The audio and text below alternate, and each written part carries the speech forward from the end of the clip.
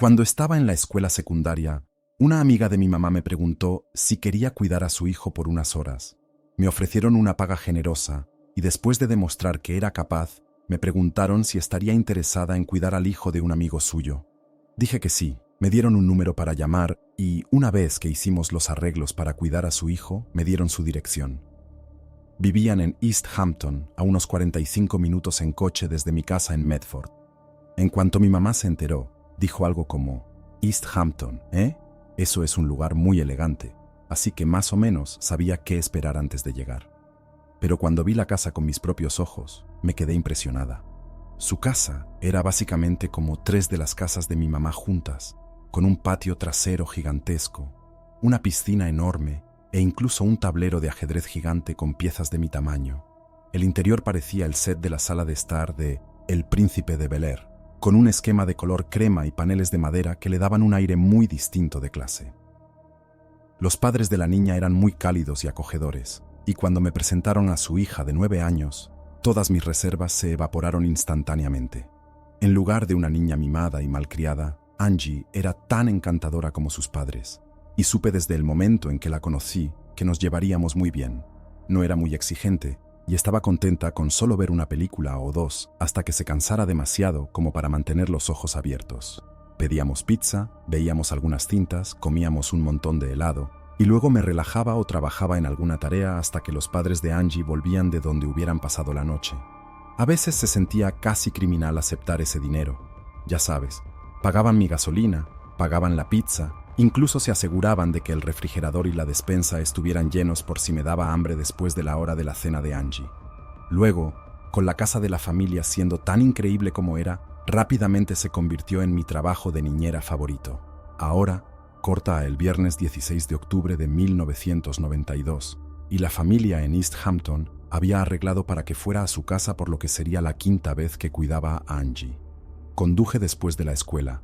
Llegué alrededor de las 4:30, y los padres de Angie se fueron a cenar alrededor de las 5. Pedimos pizza, nos peinamos mientras veíamos televisión, y luego sacamos el pastel de migas alrededor de las 7. Todavía estábamos terminando nuestras porciones cuando el teléfono sonó, y al oírlo, Angie se dio la vuelta y me preguntó si podía ser ella quien contestara. A veces, sus padres llamaban solo para ver cómo estábamos, y pensé que no había ningún problema en dejarla contestar el teléfono, así que le dije, «Claro, ¿por qué no?». Angie corrió a contestar el teléfono, y yo me quedé comiendo mi pastel. El teléfono estaba montado en la pared que dividía la sala de estar y la cocina, así que todavía podía ver y oír a Angie mientras corría hacia él. Se puso de puntillas, agarró el auricular y de una manera tan adorable que casi dolía, dijo, «Hola, ha llamado a la residencia, ¿cómo puedo atender su llamada?». Y la observé con una gran sonrisa orgullosa en mi rostro, pero después de su gran introducción, una expresión de confusión cruzó el rostro de Angie antes de que preguntara, «¿Hola?», por segunda vez. Hubo otra pausa, y luego levantó el teléfono y me dijo que no había nadie allí. Dejé mi pastel, me levanté y me acerqué a ella. De todos modos, necesitaba ayuda para volver a colocar el auricular en su base, así que tomé el teléfono de sus manos, lo puse en mi oído y escuché el sonido de una línea muerta. Le dije que probablemente era solo un número equivocado o algo así, y luego volvimos a terminar nuestro pastel. Pero no pasaron ni 10 minutos antes de que el teléfono sonara por segunda vez.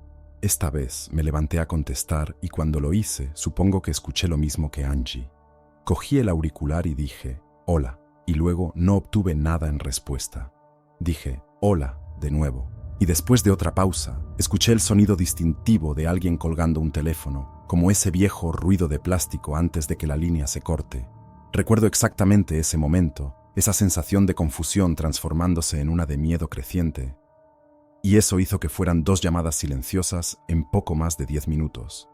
Y ya había visto suficientes películas de suspenso baratas para saber que eso no era una señal de que algo bueno estaba a punto de suceder.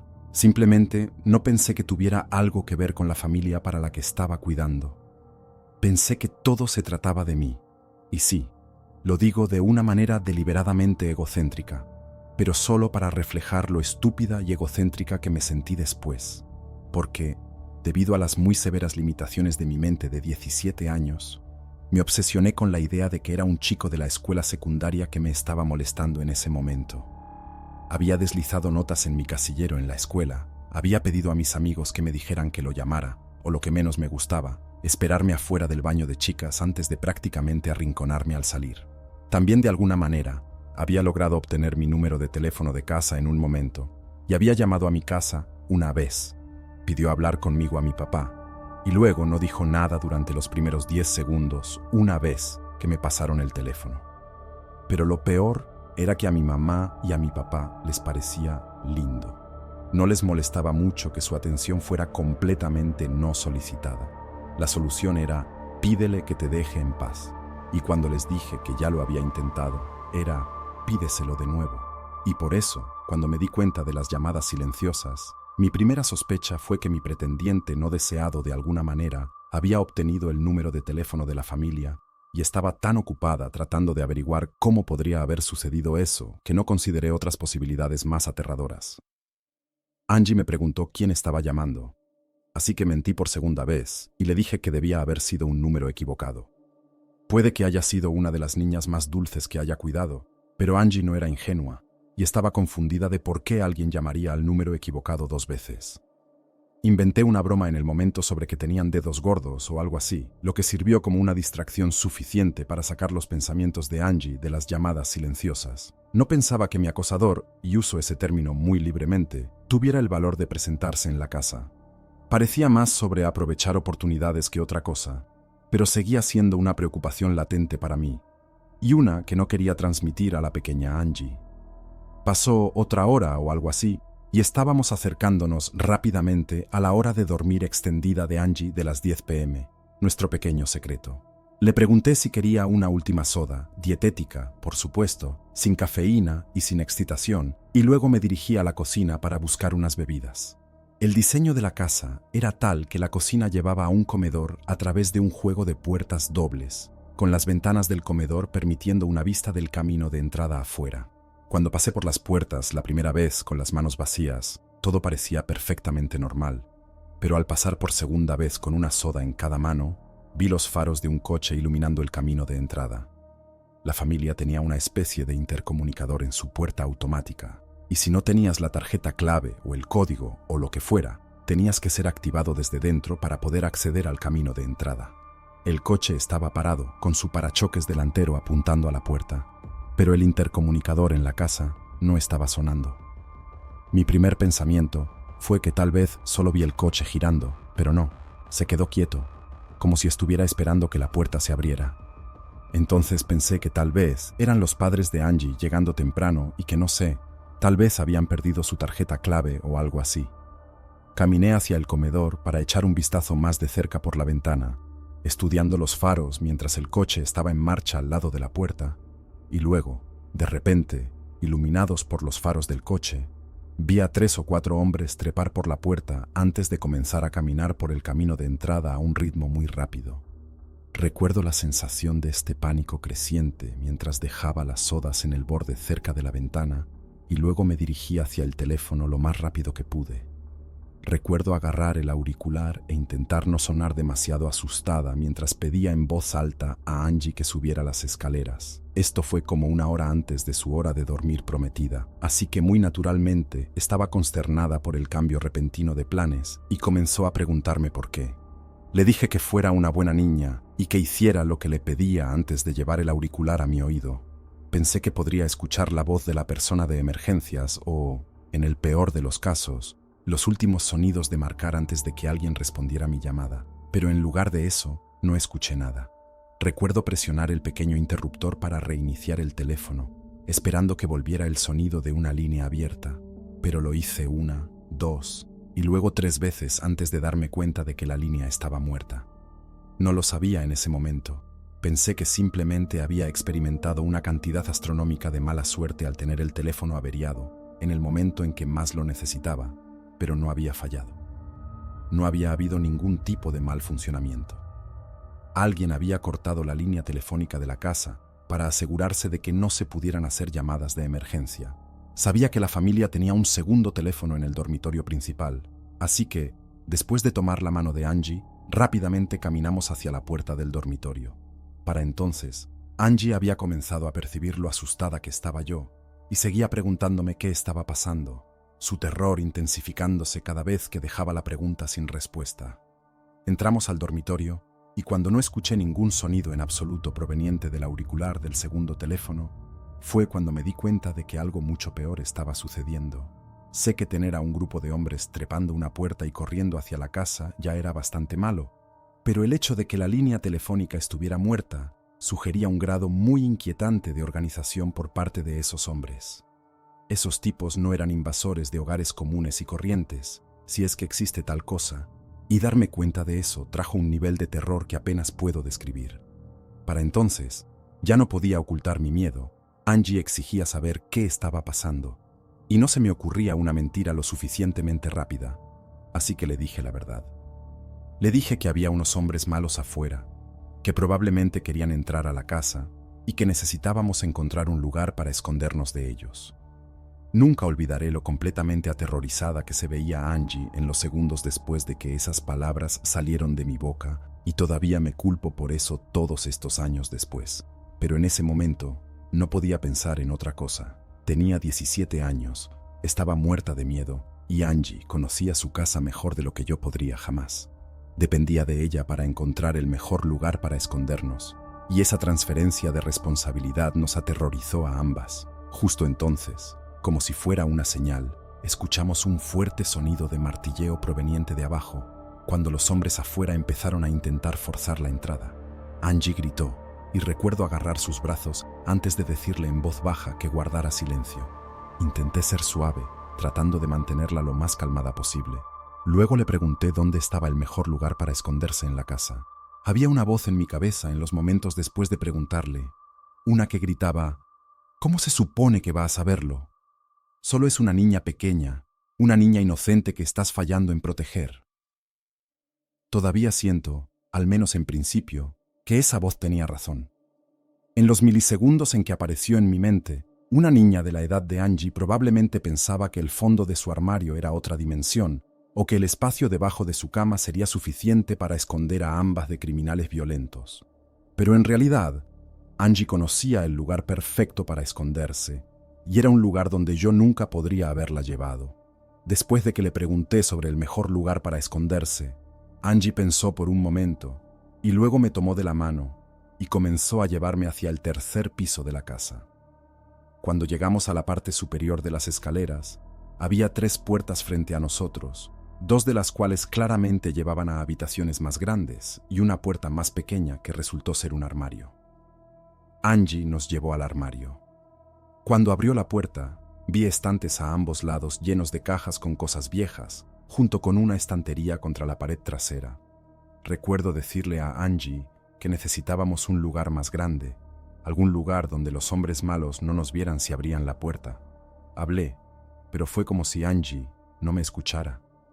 Corrió hacia la estantería y alcanzó el fondo de uno de los estantes más bajos, como si estuviera a punto de sacar un libro. Estaba a mitad de decirle que ese no era el momento para leer cuando escuché un fuerte clic proveniente de detrás de la estantería. Sabía en un instante lo que Angie acababa de hacer, pero eso no impidió que se me cayera la mandíbula al suelo cuando usó toda su fuerza para alejar la estantería de la pared trasera.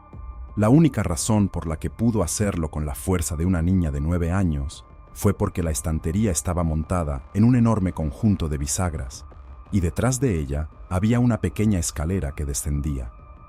Fue una sensación extraña, casi asombrada, pero al mismo tiempo no me sorprendió en absoluto. Por supuesto que tenían un cuarto seguro, y por supuesto que le habían mostrado a su hija de 9 años cómo acceder a él en caso de emergencias.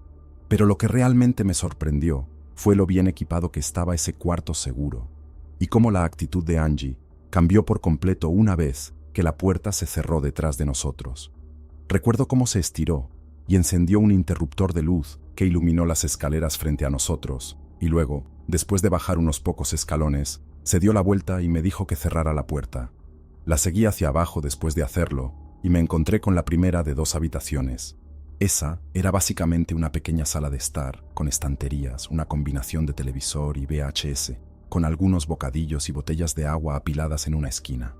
La siguiente habitación, sin embargo, era esencialmente una especie de centro de mando. Había una pared de monitores de televisión, todos conectados a cámaras de seguridad en cada habitación, con un panel de interruptores adjunto que permitía tanto ver como escuchar lo que estaba sucediendo en la casa. Pero lo más importante, y posiblemente lo más impresionante, era que este centro de mando tenía un teléfono que funcionaba.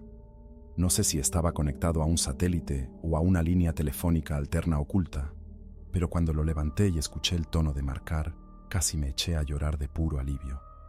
Llamé a la policía, les conté todo, pero eso no hizo que Angie se sintiera más segura. Se sentía segura en el momento en que la puerta se cerró detrás de nosotros, y después de anunciar que los hombres malos no podrían encontrarnos allí, se puso a decidir qué cinta de VHS quería ver hasta que los hombres malos se hubieran ido. Llegó al punto en que no podía decidir si era la niña más valiente que había conocido o si esto era algo que había sucedido antes. Una vez que terminé de hablar con las autoridades y luego de decirle a Angie que la policía estaba en camino, le pregunté si esto era algo que había sucedido antes, y ella dijo que no, pero que su mamá y su papá le habían mostrado qué hacer en caso de que algún hombre malo viniera a la casa.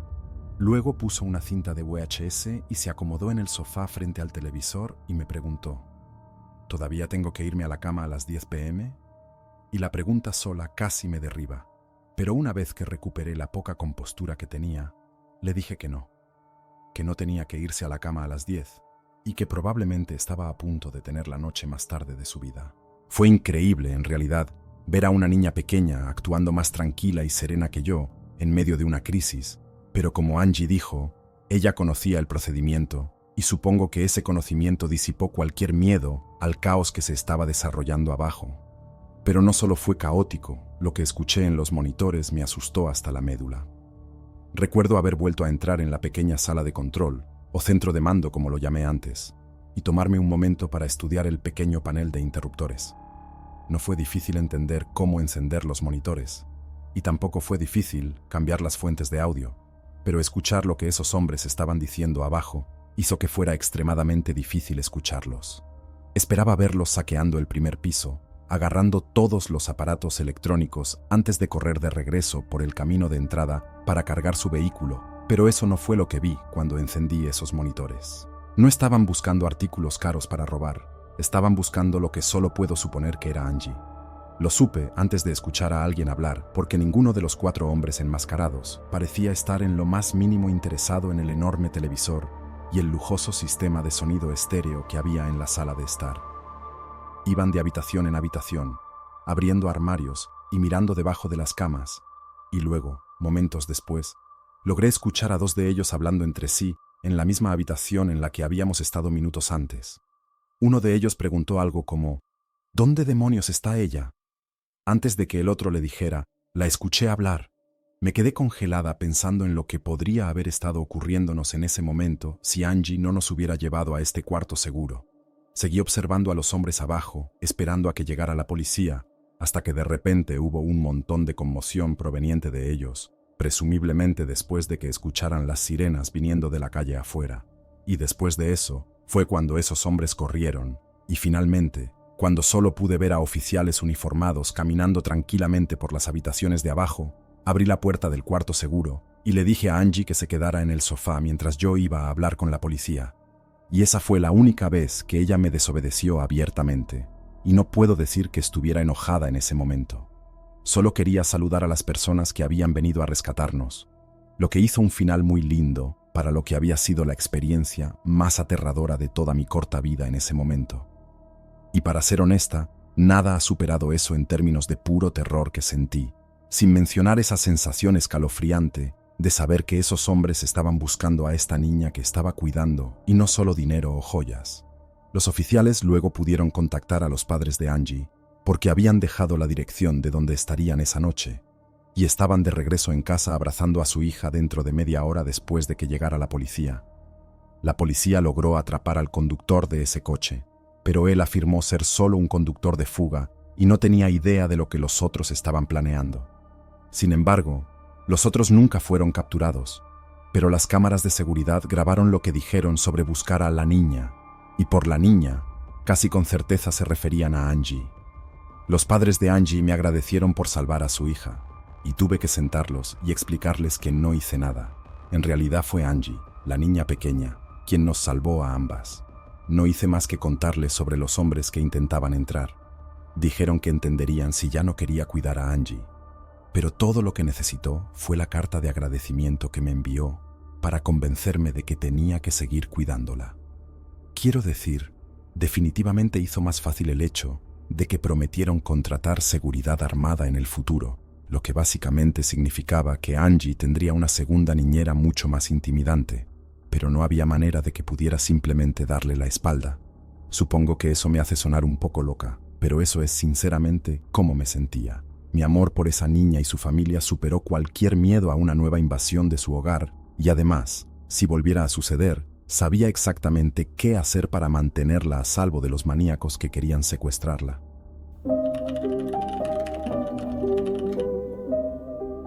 Crecí en un lugar llamado Alice Springs, en el territorio del norte de Australia. Tiene una reputación de ser bastante duro, y con razón, tiene una de las tasas de criminalidad más altas de toda Australia. Las cosas se pusieron tan mal el año pasado que el gobierno prohibió la venta de alcohol y empezó a imponer toques de queda nocturnos.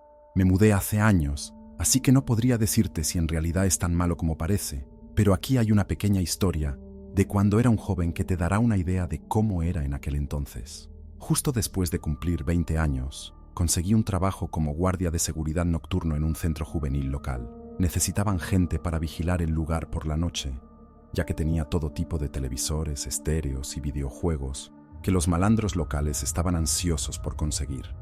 Trabajaba 5 noches a la semana, usualmente con un veterano llamado Simon, y algunas noches pedía unos bocadillos del restaurante chino de la esquina y luego me enviaba a recogerlos.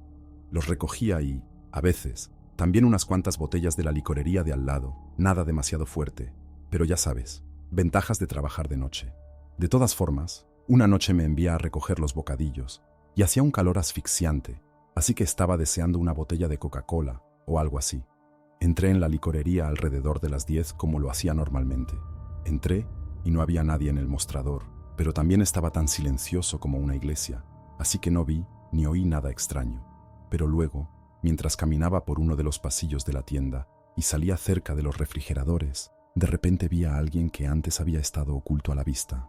Recuerdo que tenía el cabello largo, de color cobre rojizo, pero lo llevaba recogido en un moño en la parte superior de la cabeza.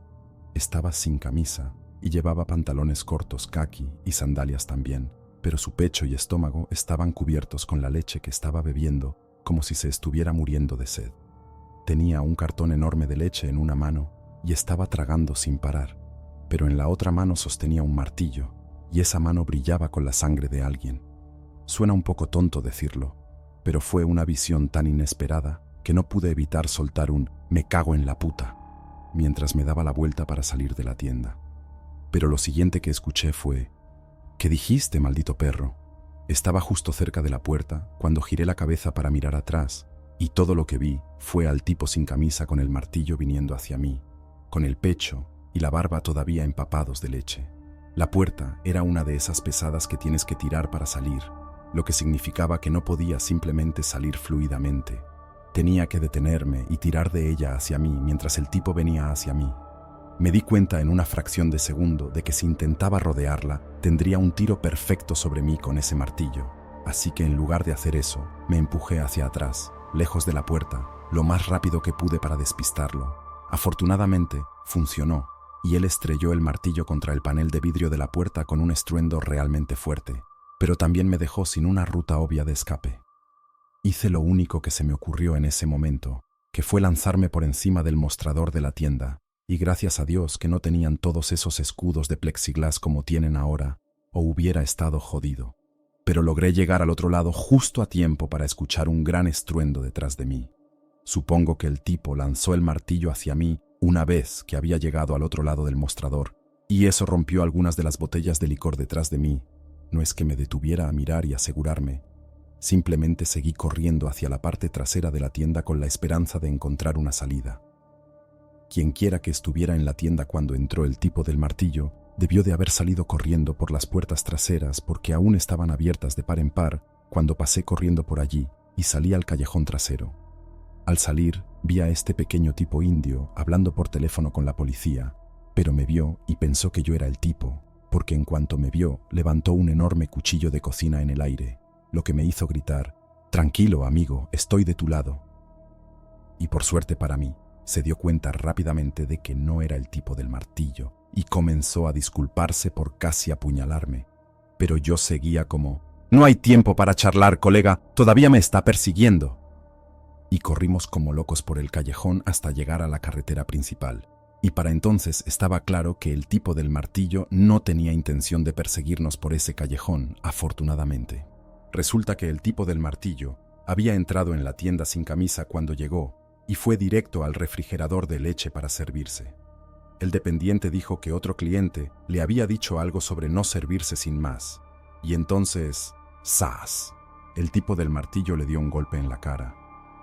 Luego, el dependiente comenzó a gritar que llamaría a la policía, pero al tipo del martillo no le gustó mucho y cargó contra él, lo que hizo que el dependiente saliera corriendo por la parte trasera, que es donde lo encontré. El pequeño tipo indio me estaba preguntando si el tipo del martillo me había golpeado, y yo le decía que no, que estaba bien, cuando vimos a la policía acercarse rápidamente por la carretera. El tipo indio y yo caminamos hacia la esquina para ver el espectáculo en la calle, y giramos hacia la calle en cuestión justo cuando los policías se acercaban a la tienda, uno con una pistola y el otro con una pistola de electrochoque. Obviamente nos mantuvimos a distancia, y el encargado de la tienda dijo algo como: «Dios, va a destrozar mi tienda», porque podíamos escuchar al tipo del martillo adentro volviéndose loco. Pero cuando realmente echamos un buen vistazo adentro, a través de las ventanas de vidrio, vimos que la situación dentro había dado un giro dramático a peor. El tipo del martillo estaba parado justo dentro de la puerta, blandiendo ese martillo y gritando algo como «lo voy a destrozar» a los policías, mientras ellos le gritaban que dejara el martillo en el suelo de inmediato. Pero a sus pies había otro tipo, con la cabeza calva y ensangrentada, totalmente inconsciente, y es a él a quien el tipo del martillo estaba amenazando con destrozar. Supongo que alguien más debió haber entrado en esa tienda después de mí, y recuerdo decirle al dependiente: «Si fuera tú, no miraría», y yo hice lo mismo porque alguien estaba a punto de recibir un disparo o un golpe en la cabeza. El tipo indio seguía mirando, y justo cuando los gritos se hicieron un poco más fuertes detrás de nosotros, ¡bang, bang, bang!, y cayó el tipo del martillo. Me sentí terrible por el dependiente, y todavía me siento así. Había venido desde tan lejos hasta Australia para abrirse una pequeña tienda, y luego terminó teniendo a un loco entrando para robarle la leche y destrozar a sus clientes. Eso ya sería bastante malo para cualquiera, pero tener que ver cómo le disparan y matan al tipo en su tienda es algo que tendrá que revivir una y otra vez cada vez que pise el lugar donde ocurrió. Pero eso también debería darte una idea de lo loco que era, y es Alice Springs. ¿Y por qué hoy en día no puedes comprar alcohol legalmente si eres de lo que llaman un town camp, que es básicamente la vivienda subsidiada por el gobierno? Así que después de escuchar todo esto, puedes entender por qué me río cuando la gente me pregunta por qué me mudé.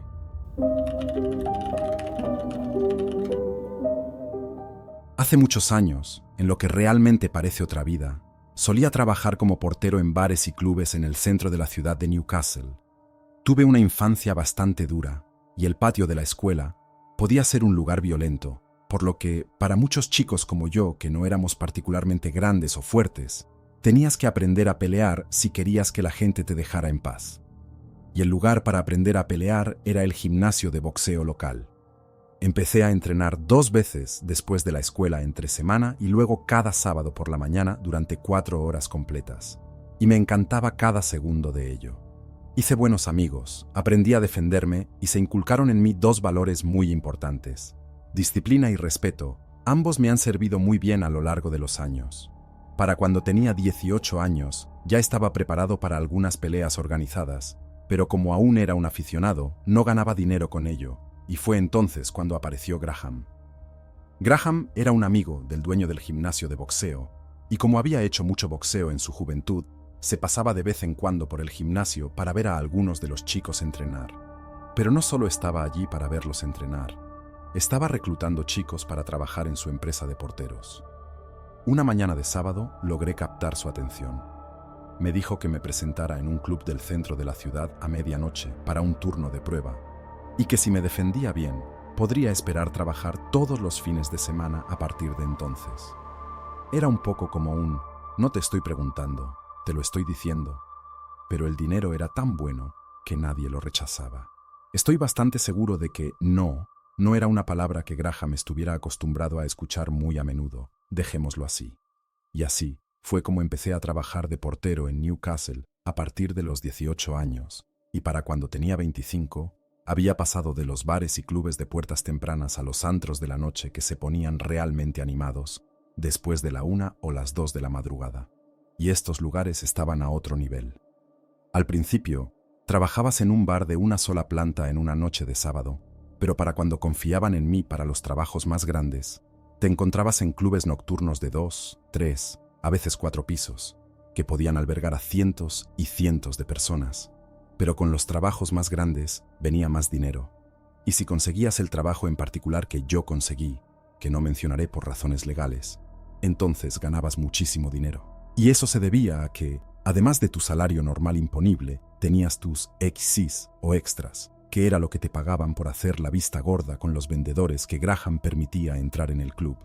Esto fue en la época en que las pastillas de éxtasis llegaron por primera vez al noreste, y cuando lo hicieron, llegaron a lo grande. Los tiempos eran difíciles para la gente que crecía en esa época, ya que la mayoría de los trabajos en la industria naviera habían desaparecido. Así que tener la felicidad en forma de pastillas recorriendo la ciudad era como si todo el mundo quisiera un poco, y dado que todo el mundo quería un poco, el dinero que la gente estaba ganando era impresionante. Los vendedores entraban en los clubes con unos cientos de pastillas y salían con 1.500 libras. Luego iban al siguiente club y lo hacían una y otra vez, y otra vez, y otra vez. Había dinero circulando como no te imaginarías, y lo único que se interponía entre los vendedores y todo ese dinero éramos nosotros, los porteros. Supongo que en algún momento se reducía a una elección: comportarse como santos absolutos, negarse a participar en nada de eso y conformarse con tu sueldo ganado con esfuerzo, o ganar 200 libras más cada noche solo por hacer la vista gorda con un solo vendedor. Multiplica eso por 2 o 3 y te llevabas más dinero en extras que con tu salario normal. ¿Y declarábamos algo de eso a Hacienda? Ni de coña. Las cosas se mantuvieron bien así durante un tiempo, y nos fue muy bien. Pero cuanto más dinero generaba la gente, más gente quería entrar en acción. Empezamos a tener un montón de chicos jóvenes, todos ellos no autorizados, tratando de colar bolsas de pastillas para ganar unos cientos de libras sin que les cobráramos. Al principio, solo les confiscábamos la mercancía, les dábamos una paliza y luego los mandábamos por su camino. Pero el problema no se detenía, y fue entonces cuando Graham dio la orden de dar un escarmiento a alguien, y eso fue exactamente lo que hicimos. Tomamos a un chico, al que llamaremos Sparky, con quien ya habíamos tratado un par de veces antes, y le dimos una paliza brutal detrás del club una noche. Todo por orden de Graham. Solo fue para dar un ejemplo, no era nada personal, pero como terminó en el hospital, Sparky se lo tomó de forma personal.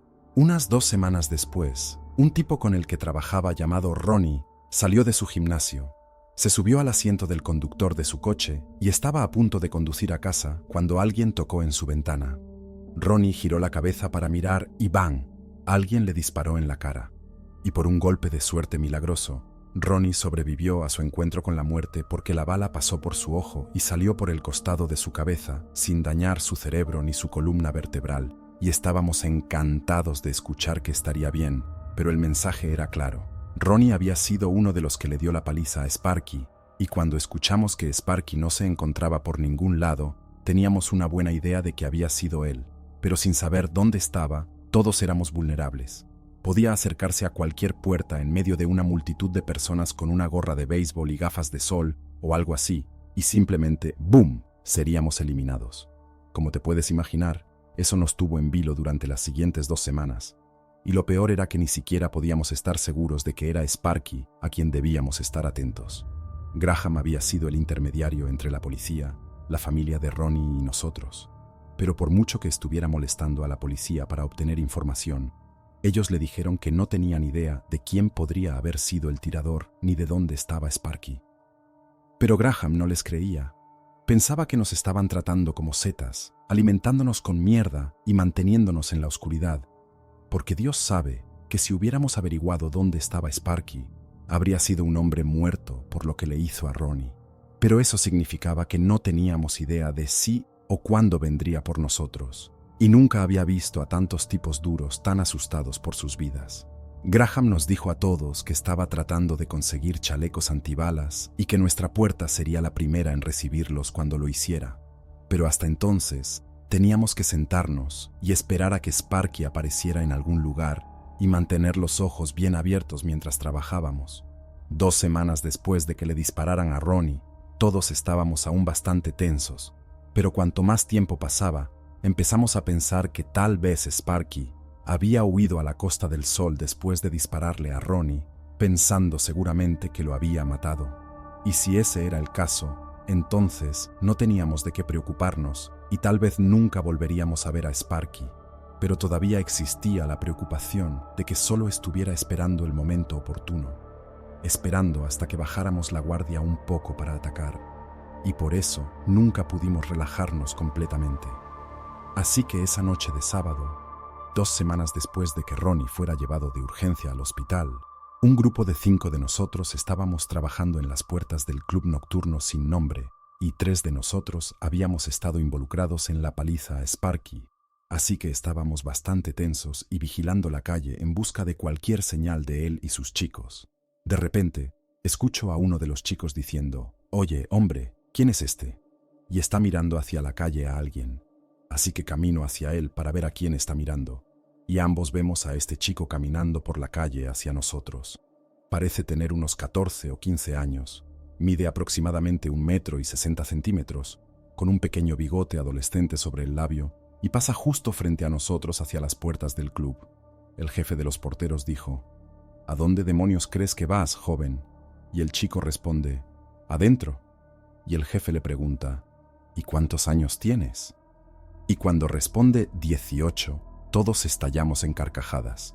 El jefe le dice al chico: «Si tienes 18, entonces yo soy Bobby Charlton. Lárgate antes de que te dé una bofetada». Y este pequeño chico simplemente se va enfadado, pero nos pareció brillante porque realmente alivió el ambiente, y esto fue alrededor de la 1:30, algo así. Y todos decíamos: ojalá algo así ocurriera todas las noches. Pero luego, como 1 hora más tarde, sucedió. Nos avisan que hay un chico en el club y que está tratando de vender pastillas a los clientes, y el jefe envía a 2 porteros al club, y a quien sacan arrastrando. Al chico al que habíamos rechazado no 1 hora antes. Está pateando y gritando, y los 2 chicos lo están llevando afuera con una mano bajo cada brazo, así que sus pequeñas piernas están realmente agitando mientras lo llevan. Nos reímos tanto que pensé que estaba a punto de estallar, y el joven se fue por segunda vez, resoplando y bufando. Pero antes de irse, el chico gritó: «Voy a volver con una pistola y voy a volarles la cabeza a todos ustedes». Y estábamos a punto de revolcarnos por el suelo después de que dijo eso. Este gángster en miniatura, amenazando con matarnos cuando probablemente tenía que ir a la escuela a la mañana siguiente. Así que simplemente lo despedimos diciéndole que volviera la próxima semana para otra risa.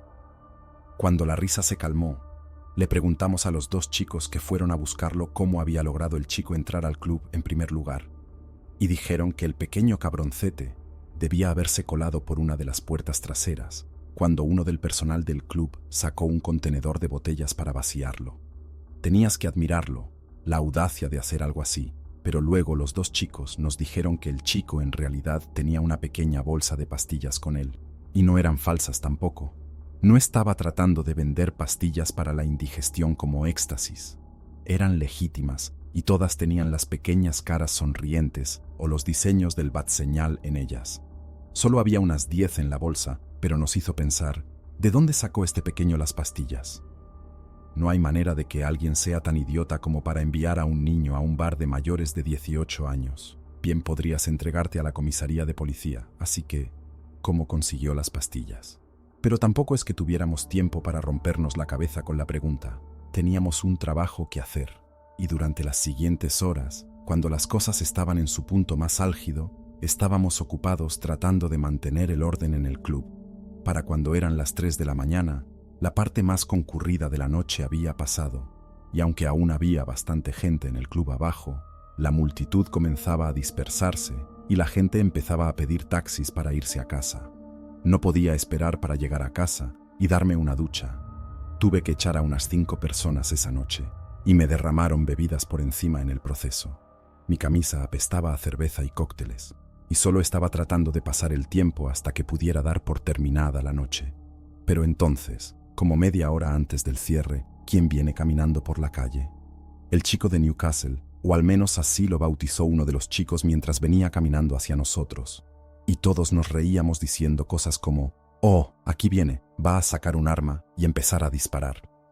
Y luego, cuando estaba a unos 3 o 4 metros de nosotros, saca una gran pistola estilo cowboy de sus pantalones y la apunta directamente hacia nosotros.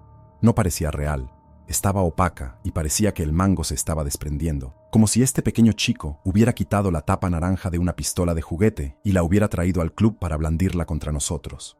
Estábamos a punto de caernos al suelo cantando temas de viejas películas del oeste, como si fuera un duelo al mediodía y todo eso. Habíamos estado tan tensos durante las últimas 2 semanas que fue como una gran liberación de tensión, creo. Quiero decir, nos estábamos muriendo de risa por el pequeño ahora. Para ponerlo en contexto, había muchos gánsteres usando armas en ese momento, como nuestro viejo conocido Sparky, por ejemplo, pero eso, a su vez, tuvo algunas consecuencias inesperadas. Porque todos escuchaban sobre todo este crimen con armas, todos estaban aterrorizados cuando alguien les apuntaba con una, así que lo que los ladrones y otros tipos indeseables empezaron a hacer era llevar pistolas de juguete a los robos. Todo lo que tenían que hacer era mostrar sus pistolas de juguete, o a veces simplemente señalar un bulto en su chaqueta como si fuera un arma, y el cajero aterrorizado hacía exactamente lo que le pedían. Se convirtió en una especie de cosa en Newcastle en ese momento, así que cuando vimos a ese chico sacar esa vieja pistola estilo cowboy que se caía a pedazos en esa calle mal iluminada, pensamos, no hay posibilidad de que esa sea un arma real. Pero entonces, el chico echó hacia atrás el martillo de la pistola, el mecanismo que hacen en las películas, ya sabes cuál, y sabíamos que las pistolas de juguete no hacían eso. Hubo un momento de silencio después de escucharlo, ya que todos tuvimos este momento colectivo de pensar, «Mierda». Y luego, en el momento en que empezamos a dispersarnos, el chico disparó. Fue el sonido más fuerte que he escuchado en mi vida, literalmente ensordecedor. La calle en la que estábamos en ese momento era bastante estrecha también, así que cuando la pistola hizo bang, el sonido resonó en las calles estrechas, y sonó como si un maldito cohete hubiera explotado o algo así. Tenía la espalda vuelta cuando disparó, pero recuerdo haber visto la calle iluminarse cuando disparó. No sabía que existía un miedo así, y en un abrir y cerrar de ojos, pasé de estar de pie en la calle a acurrucarme detrás de una furgoneta, solo esperando que se dispararan los siguientes tiros. Y ese silencio parecía interminable, esperando el siguiente disparo. Quiero decir, la gente corría, la gente gritaba, pero yo estaba concentrado en el siguiente disparo, aterrorizado de que el chico me encontrara detrás de la furgoneta y me convirtiera en su próximo objetivo. Pero no lo hizo, y no se dispararon más tiros porque, como resultó, la pistola de ese pequeño chico falló justo después del primer disparo, y como no sabía cómo arreglarla, simplemente salió corriendo. Solo hizo un disparo, pero un disparo fue todo lo que necesitaba. Un segundo de nuestro grupo había sido tiroteado en menos de un mes, y esta vez la víctima no tuvo tanta suerte. No mencionaré su nombre por razones de privacidad, pero aunque intentamos nuestro mejor esfuerzo para detener la hemorragia, mi compañero había perdido tanta sangre que murió camino al hospital, y fue devastador. Pero la pregunta que todos se hacían era, ¿cómo pudo haber pasado eso? ¿Cómo pudo un chico tan joven haber conseguido drogas y armas? Estábamos convencidos de que estaba relacionado con Sparky de alguna manera, que él puso al chico para que nos disparara a uno de nosotros, pero eso no explicaba por qué trató de entrar al club a vender pastillas, y ese era el gran agujero en la teoría para mí, lo que me hizo pensar que algo más estaba pasando. Y tenía razón. No había lógica ni razón en el tiroteo. El hermano mayor de este chico era un vendedor y un sinvergüenza que mantenía su negocio a la vista, y su hermano pequeño lo idolatraba. Así que allá fue, tratando de vender pastillas como lo hacía su hermano mayor. Y cuando lo rechazamos, hizo exactamente lo que su hermano presumía: no dejar que nadie te falte al respeto. Así que este joven fue a donde su hermano escondía su pistola, cargada, por cierto, la tomó, la llevó a la ciudad y mató a un joven portero con ella, y terminó en un centro de detención juvenil, Y yo salí del mundo de la seguridad unos 9 meses después, cuando conocí a la chica que eventualmente se convertiría en mi primera esposa. Era una época peligrosa para trabajar en ese tipo de oficios, y fueron esos 2 tiroteos los que me hicieron decidir que no tenía futuro estando en puertas.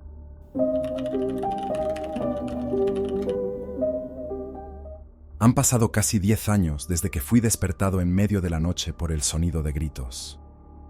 Mi esposa y yo vivimos en una típica zona suburbana, con casas de 2 pisos hasta donde alcanza la vista, pequeños jardines al frente con números de casa de 4 dígitos. Es un lugar tranquilo, un lugar pacífico para vivir, por lo que escuchar un grito fuera de nuestra ventana nos despertó a mí y a mi esposa con un susto bastante grande. Nuestra ventana del dormitorio daba a la calle, así que simplemente nos levantamos, abrimos las cortinas y miramos hacia afuera para ver un coche funcionando en ralentí en la calle. Las puertas delanteras y traseras del lado del pasajero estaban abiertas y 2 hombres estaban fuera del coche discutiendo con otros 2 hombres que estaban dentro del coche. No podíamos entender lo que estaban diciendo, pero parecían estar en una discusión acalorada, y de vez en cuando uno de los hombres fuera del coche comenzaba a gritar furiosamente. Mi esposa me preguntó si debíamos llamar a la policía, y yo le dije que esperara. Ciertamente estaban siendo muy antisociales, supongo, pero no pensé que escalaría a nada más. Asumí que tendrían algún tipo de desacuerdo y que el coche simplemente se iría una vez que la discusión concluyera, y casualmente eso fue exactamente lo que pasó. Los 2 tipos cerraron las puertas del coche de un golpe, y después de un chirrido de neumáticos, se fueron. Tuvimos un pequeño momento de alivio, agradecidos de que no hubiera escalado de ninguna manera, y mi esposa se dio la vuelta y volvió a la cama. Eso me dejó a mí solo de pie en la ventana, observando a los 2 tipos en medio de la calle mientras parecían continuar su desacuerdo, aunque a un volumen mucho más bajo. Nuestros hijos seguían durmiendo en las habitaciones del fondo y, aunque los 2 tipos parecían estar más interesados en ellos mismos que en cualquier otra persona, mi instinto paternal me dijo que observara por la ventana un poco más para asegurarme de que no iban a ser un problema. Así que estoy ahí parado, observando a los tipos, y ellos no se mueven del medio de la calle. Están gruñendo el uno al otro, gesticulando salvajemente, y aunque aún no puedo entender lo que están diciendo, claramente no están contentos el uno con el otro.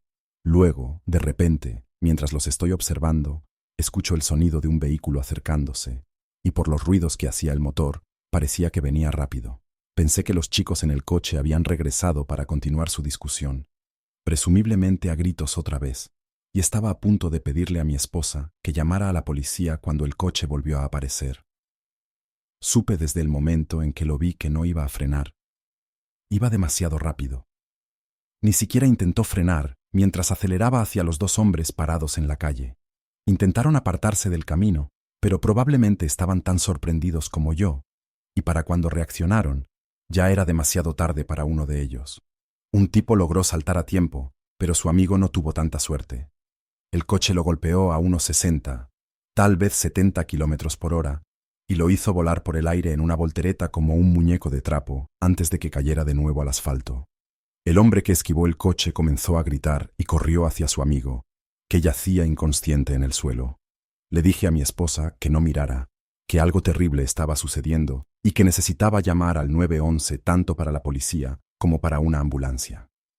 Ella seguía preguntando qué estaba pasando, así que le dije, y después de un tembloroso «Dios mío», continuó hablando con el despachador del 911.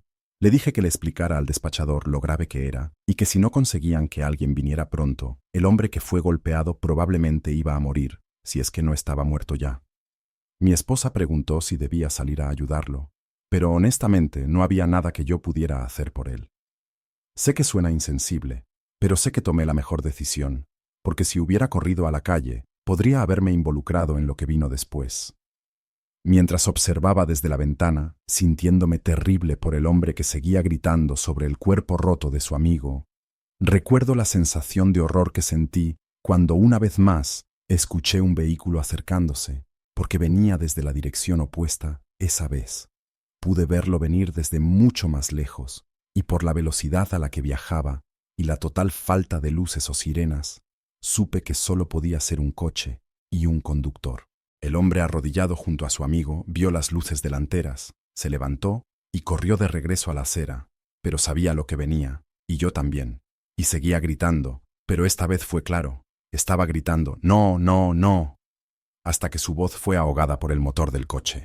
Venía tan rápido como antes, solo que en lugar de golpear a alguien de pie, el coche pasó por encima del cuerpo a lo que deben haber sido 70 kilómetros por hora fácilmente. Voló sobre su cuerpo como si no hubiera nada allí en absoluto, pero al golpearlo, el cuerpo del tipo casi se desintegró por completo. Había pedazos de él por todo el asfalto que brillaba, y si pensé que su amigo estaba haciendo ruido antes, eso no fue nada comparado con los sonidos que salieron de él cuando vio lo que quedaba de su amigo. Sin duda, fue lo peor que he tenido la mala suerte de presenciar en todos mis muchos años en esta tierra, y sé que es algo que nunca olvidaré. Mi esposa intentó volver a dormir, pero para cuando todos los equipos de emergencia estaban afuera recogiendo al pobre hombre del suelo, ambos sabíamos que ninguno de nosotros iba a poder dormir.